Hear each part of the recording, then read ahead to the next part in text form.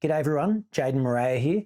I wouldn't normally do a video like this, but after 12 years of being harassed, bullied, defamed, and stalked online, I felt like I needed to address a couple of things and also expose a couple of things, if I can use those words. The person you're going to see in the video along with me is the auntie of my partner, Brianna Robinson, who committed suicide in 2013.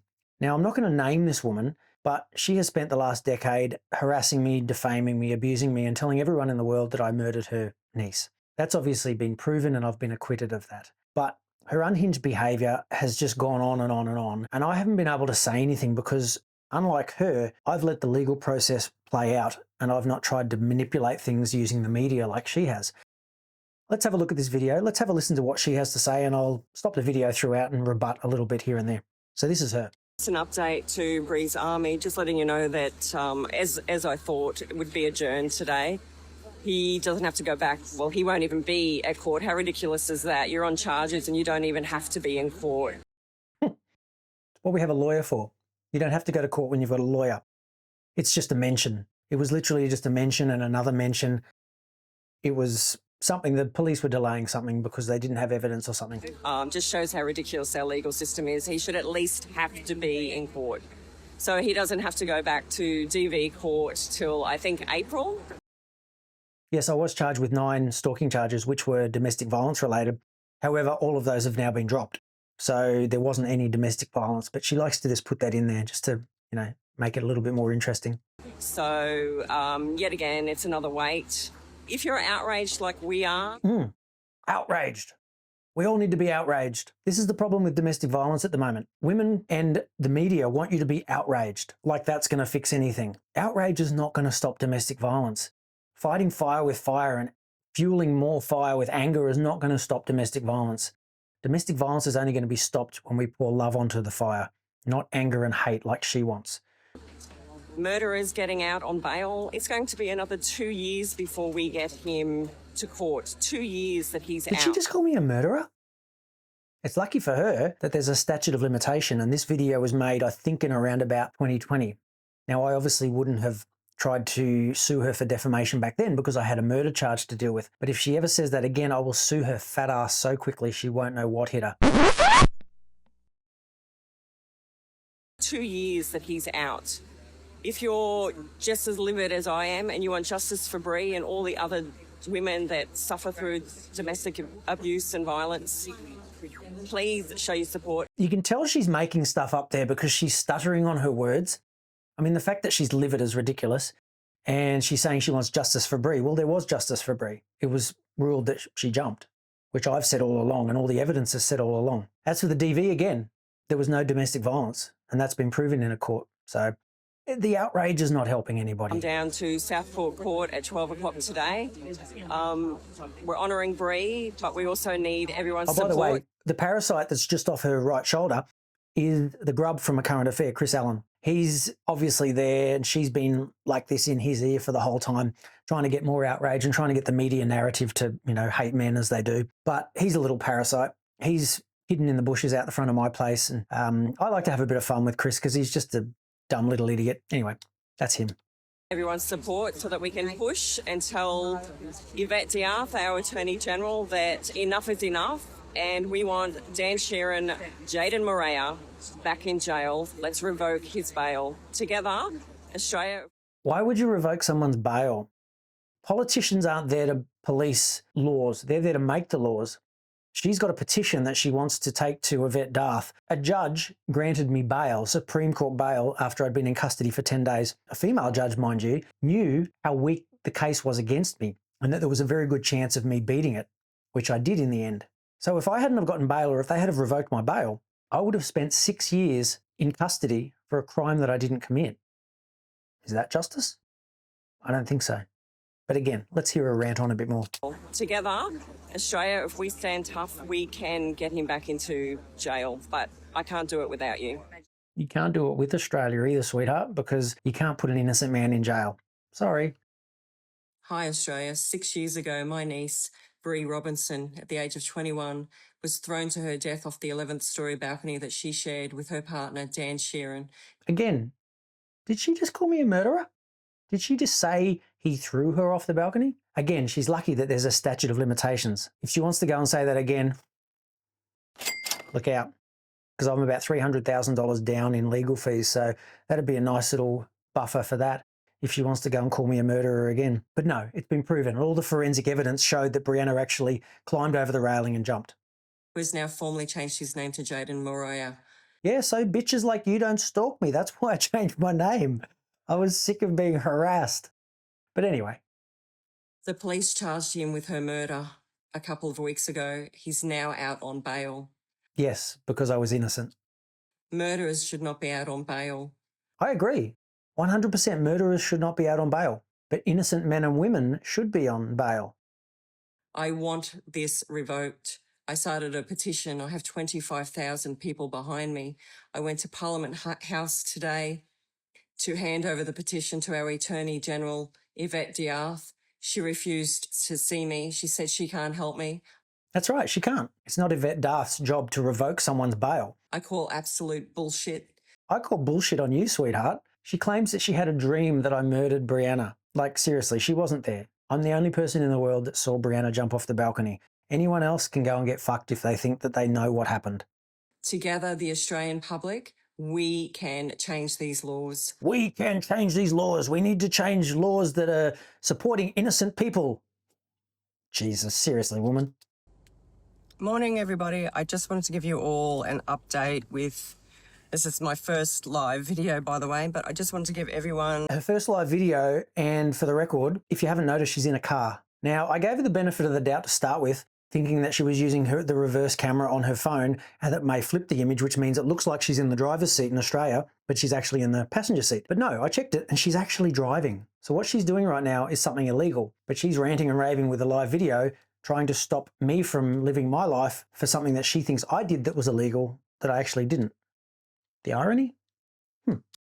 Everyone an update on the court proceedings this morning for Dan Sheeran, or should we say Jayden Moorea.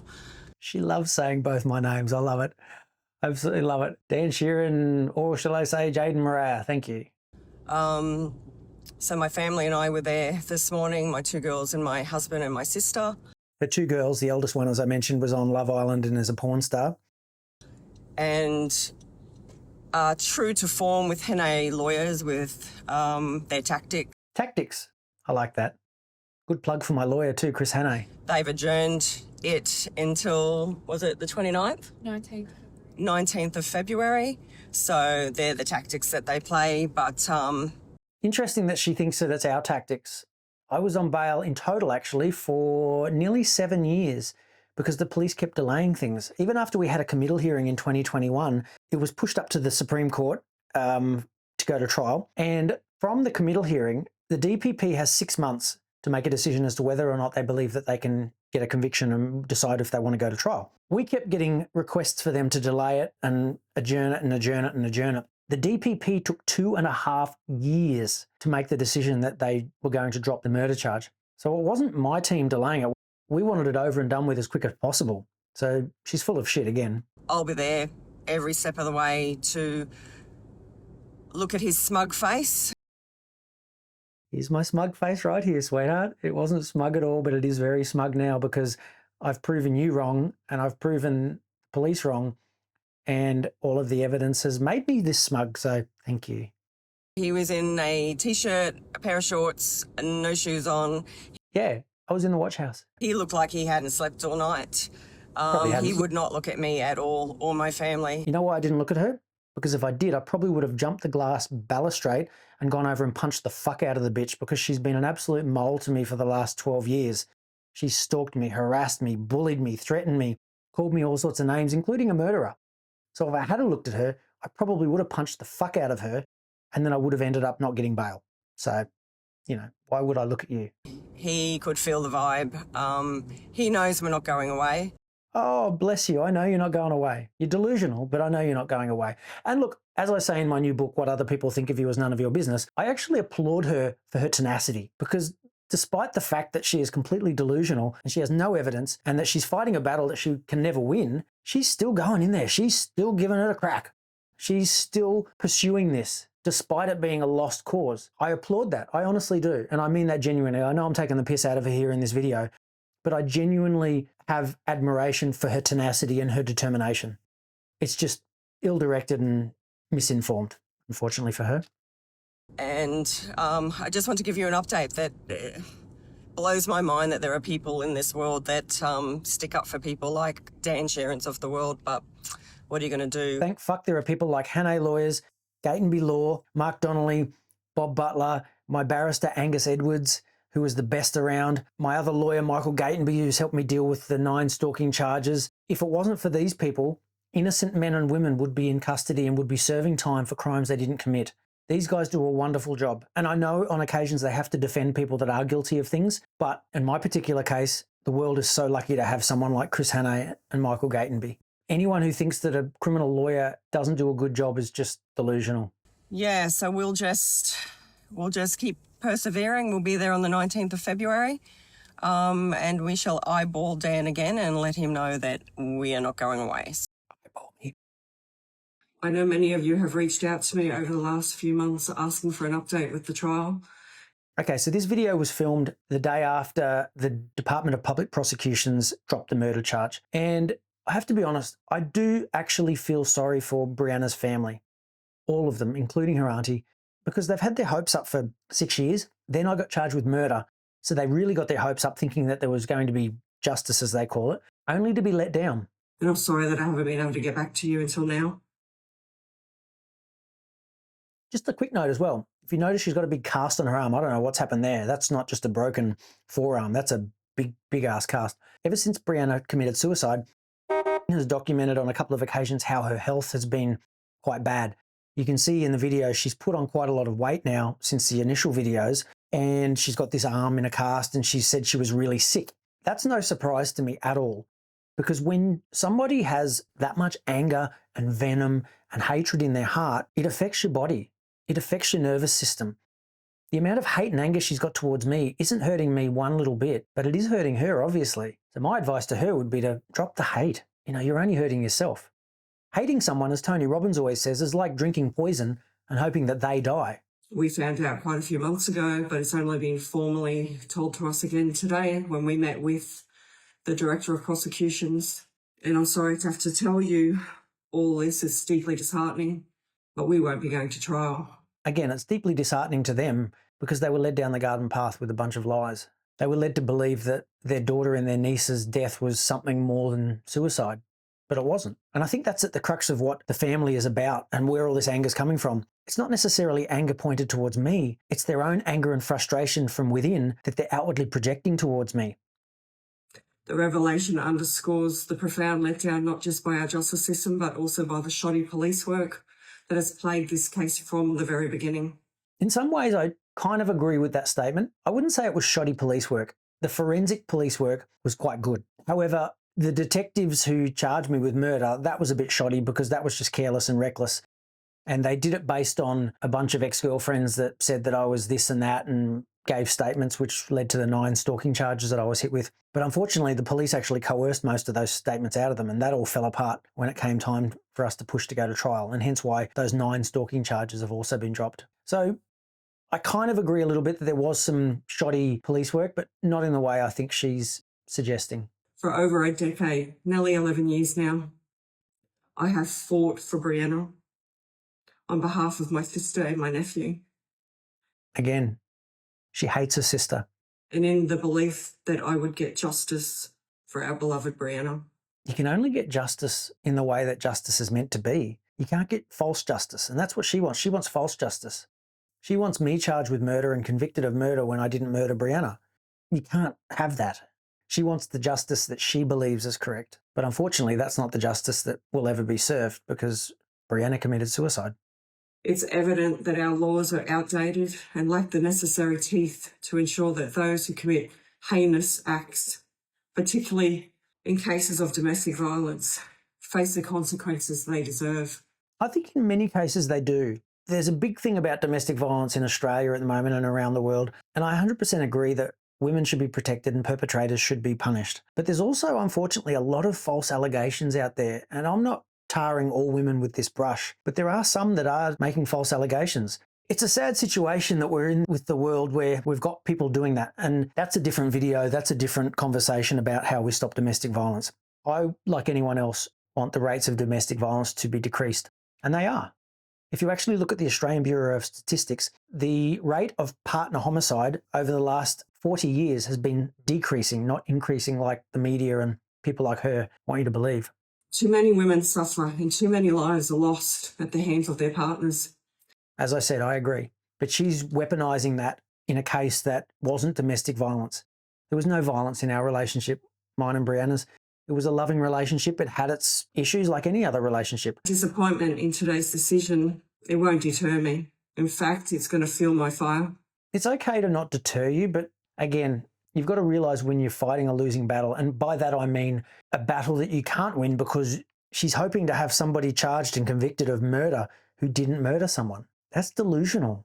And I get it. They're hurting. I would want justice as well. But there has to come a point where they realize that their daughter and their niece committed suicide. It's as simple as that. It's horrible. I witnessed it. It was fucking terrible. We need to bring about changes that our society desperately needs. The changes we need in society is for women and men to treat each other better. We need to stop blaming men for domestic violence. We need to stop blaming men and saying that they're the only reason why domestic violence happens. Domestic violence happens because two people in a relationship treat each other shit.